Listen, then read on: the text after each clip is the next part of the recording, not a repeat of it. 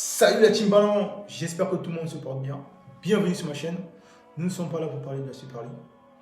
Nous sommes là pour parler de la C4. Je vais vous parler de la 4e compétition organisée par l'UEFA. La 3e dans la hiérarchie de l'ère moderne, la Ligue Europa Conférence. À l'instant de 2018, cette compétition entre en vigueur pour la saison 2021-2022. Alors que tous les championnats arrivent à terme et que tous les clubs se battent pour se qualifier en Ligue des Champions et en Ligue Europa, cette compétition sera aussi une alternative pour beaucoup de clubs qui veulent participer à une Coupe d'Europe. Cette compétition a pour but de mettre en valeur les ligues professionnelles de football non représentées en Ligue des Champions et en Ligue Europa. Concrètement, les ligues dont les clubs sont obligés de faire 1000 tours de qualification pour accéder ne serait-ce qu'à la phase de groupe de la Ligue Europa. Les ligues telles que l'Albanie, l'Écosse, le Kosovo, la Slovénie et tant d'autres. Mais attention, les plus grands pays du foot continueront à être représentés. S'agissant du format, il faut savoir que la création de cette nouvelle compétition s'accompagne d'un changement de format pour la Ligue Europa. Elle va passer de 48 à 32 équipes en phase de groupe. Le passage de ce format permet de libérer de la place pour cette nouvelle compétition. Au top départ, il y a 180 clubs mobilisés, dont au moins une équipe va avoir une appartenance aux 55 pays membres de l'UEFA. Au programme, nous allons avoir 3 tours préliminaires, un barrage et enfin une phase de 8 groupes regroupant 32 équipes. Pour l'instant, tout va bien. Vous me dites que c'est simple à comprendre, mais non. Je vous conseille de prendre le Doliprane et de vous approcher. Les compétitions s'organisent comme suit. Les clubs sont scindés en 2 séries de qualification. On a la voie des champions. On a donc 5 champions qui sont automatiquement qualifiés en phase de groupe via leur championnat. Ces 5 clubs appartiennent aux pays ayant le meilleur coefficient à l'indice UEFA.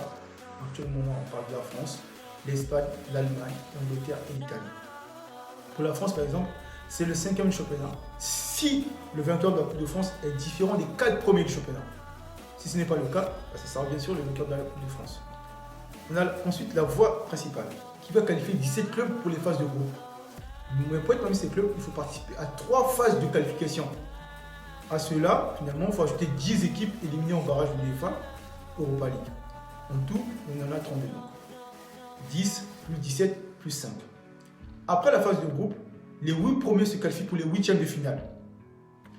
Les 8 autres places sont attribuées après une phase de barrage qui verra participer les 2e de groupe avec les 3e de groupe de l'Europa League. C'est-à-dire que le 3e qui est éliminé en Europa League va participer avec le 2e aux phases de barrage pour qualifier les 8 autres places. Ensuite, il y aura les quarts et les demi-finales, puis la finale qui aura lieu en Albanie au Air Albania Stadium. Comme pour la Ligue Europa, le vainqueur de cette compétition se verra attribuer une place qualificative en Ligue Europa la saison suivante. L'idée de vouloir découvrir d'autres championnats me paraît être une bonne décision. Car à travers cela, d'autres clubs peuvent rêver d'un destin européen. Mais je ne comprends pas pourquoi intégrer autant les clubs issus de la Ligue Europa et voir ceux de la Ligue des Champions dans une même mesure. Au final, les grandes nations auront toujours une place prépondérante dans cette compétition. Et sans être dupe, le but est toujours financier. Toujours financier, toujours plus d'argent, toujours plus de matchs. On verra ce que cela va donner. Et j'espère que vous allez jeter un coup d'œil pour donner de la force à cette compétition, juste par intérêt. Même si, à mon avis, l'intérêt sera minime. Merci de bien vouloir vous abonner, liker la vidéo et commenter. Gardez la passion pour le foot, et ciao la chaîne.